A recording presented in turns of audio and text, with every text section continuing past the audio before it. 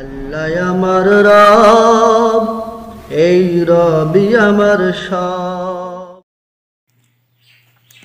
আসসালামু আলাইকুম রহমতুল্লাহি ওবারাকাতুহু। আজকে আমি আপনাদের সামনে একটি বই শেয়ার করব, সেটি হচ্ছে কোরআন বোঝা সহজ। এই বইটি লিখেছেন অধ্যাপক গোলাম আজম।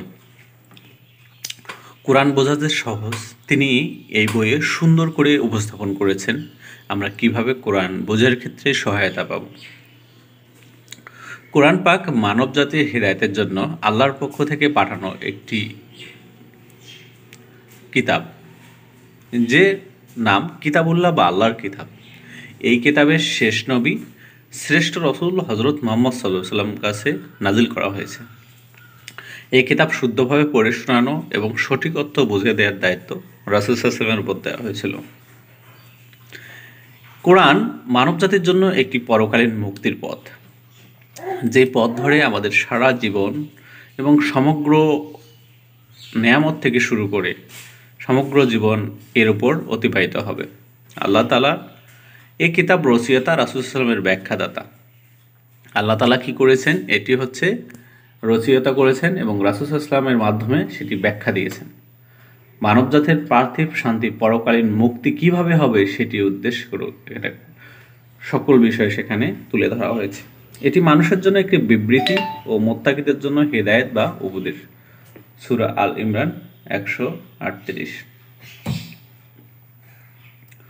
কোরআন থেকে হেদায়েত পাওয়ার জন্য কোরআনকে বুঝতে পারাই হলো প্রথম শর্ত। বুঝবার সাথে সাথে তাকওয়ার যে বিষয় সে সত্য থাকতে হবে। কোরআন বোঝার মান সবার একরকম হতে পারে না, যার যার যোগ্যতা অনুযায়ী ভিন্ন ভিন্ন হবে। আল্লাহ পাক কারো কাছ থেকে অতিরিক্ত যোগ্যতার দাবি করেন না, কিন্তু দুনিয়ার জীবনের যেসব দায়িত্ব পালন করতে হয় তা কোরআনের শিক্ষা অনুযায়ী হতে হবে। যারা পড়তে জানে না তারা কোরআনের শিক্ষা শিক্ষিতদের কাছ থেকে জেনে নিয়ে তাদের দায়িত্ব পালন করবেন। কিন্তু আমরা দেখেছি পার্থিব জীবনে 50-60 বছরের মধ্যে 20 থেকে 30 বছর রুজি আয় রোজগারের মাধ্যমে বিভিন্ন শিক্ষায় খরচ করে তারা যদি কোরআনকে ভালোভাবে বোঝার চেষ্টা না করে, তাহলে আখিরাতে আল্লাহর কাছে কি জবাব দেব আমরা, কি কৈফিয়ত দেব আমরা? দুনিয়াতে এত বিদ্যা শিখেও কোরআনের সম্পর্কে জাহেল থাকা কি সত্যি আমাদের জন্য চরম এবং লজ্জাজনক বিষয় নয়? সুপ্রিয় প্রাণপ্রিয় ভাইয়েরা, যারা কিছু লেখাপড়া জানে তাদের পক্ষে কোরআন বোঝা সম্ভব এবং একটু মনোযোগ দিলে এটাও সহজ। আরবি ভাষায় কোরআন বোঝে যে বেশি তৃপ্তি বোধ করবে তাতে সন্দেহ নেই, কিন্তু কোরআন বোঝবার আরবি জানা সত্য। অন্যদিকে কোরআনকে বুঝতে হলে আরবি অবশ্যই জানতে হবে। কোরআন বোঝার জন্য আরবি ভাষা জানা সত্য নয়, কিন্তু অন্যকে কোরআন বোঝাতে হলে আরবি ভাষা অবশ্যই জানতে হবে। কিন্তু আরবি না জানলেও কোরআনের বক্তব্য বোঝা সম্ভব। যারা আরবি না জানাও সত্ত্বে কোরআন বোঝার চেষ্টা করতে চান তাদের জন্য এবং সংক্ষিপ্ত যে গাইডলাইন বলা চলে সেটির জন্য কোরআন বোঝার সহজ বইটিকে একটি পুস্তিকা সহায়ক বলে এটা ধরা যায়। পুস্তিকার মূল চিন্তা অন্যতম শ্রেষ্ঠ ইসলামী চিন্তাবিদ সাইয়্যিদ আবুল আলা মওদুদী রহমতুল্লাহ তাফহিমুল কোরআন নামক যে বিশ্ববিখ্যাত তাফসিরটি করেছে, সেটি হচ্ছে এটি একটি গাইডলাইন। তিনি এটি 1979 সালে একটানা কয়েক মাস সাপ্তাহিক আলোচনা চলে। কোথায়?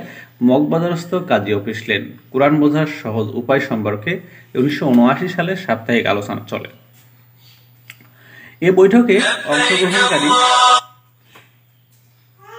জন্য সিম্পোসিস আকারে যে নোট দিয়েছিলেন তা 1980 সালের শতাব্দীর প্রকাশনী পুস্তিকায় প্রকাশ করে এবং এর উপকারিতা প্রমাণ করে।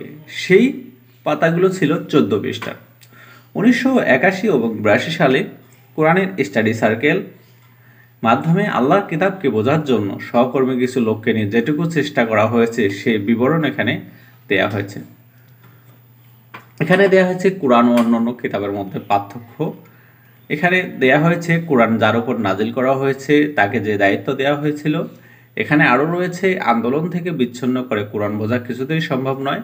এখানে কোরআনের আন্দোলনমুখী একটা তাফসির এবং তাফহিমুল কোরআনের যে বৈশিষ্ট্য, কোরআন বোঝার যে আসল মজা সেটি এখানে উল্লেখ করা হয়েছে। তারপরে গোটা কোরআনের একটি পটভূমি, গোটা কোরআনের একটি মূলত যে বিষয়গুলো সেখানে এটি তুলে ধরা হয়েছে। তারপর আমাদের এখানে আরও কিছু বিষয়, যেমন সমাজের বিপ্লবী উপযোগী আন্দোলনের পরিচয় হিসেবে তুলে ধরা হয়েছে। রাসূল ইসলাম এর আন্দোলনের বিভিন্ন স্তর, যুগ সেটি তুলে ধরা হয়েছে। মাদানী যুগের বড় বড় ঘটনার সময়কালগুলো যেখানে ছিল সেখানে এখানে ইনক্লুড করা হয়েছে। মাক্কি সূরার বৈশিষ্ট্য, মাদানী সূরার বৈশিষ্ট্য, কোরআনের অন্য অন্য যে বৈশিষ্ট্যগুলো আছে, বিপ্লবী আন্দোলন, বিপ্লবী নেতার ঝংকার ঝমা ভাষণ, বুদ্ধি, মন, মগজ, এখানে দেওয়া আছে মাক্কি এবং মাদানী সূরার বৈশিষ্ট্য। এখানে রয়েছে মাক্কি যুগের সূরার তালিকা, রয়েছে এখানে মাদানী যে যুগের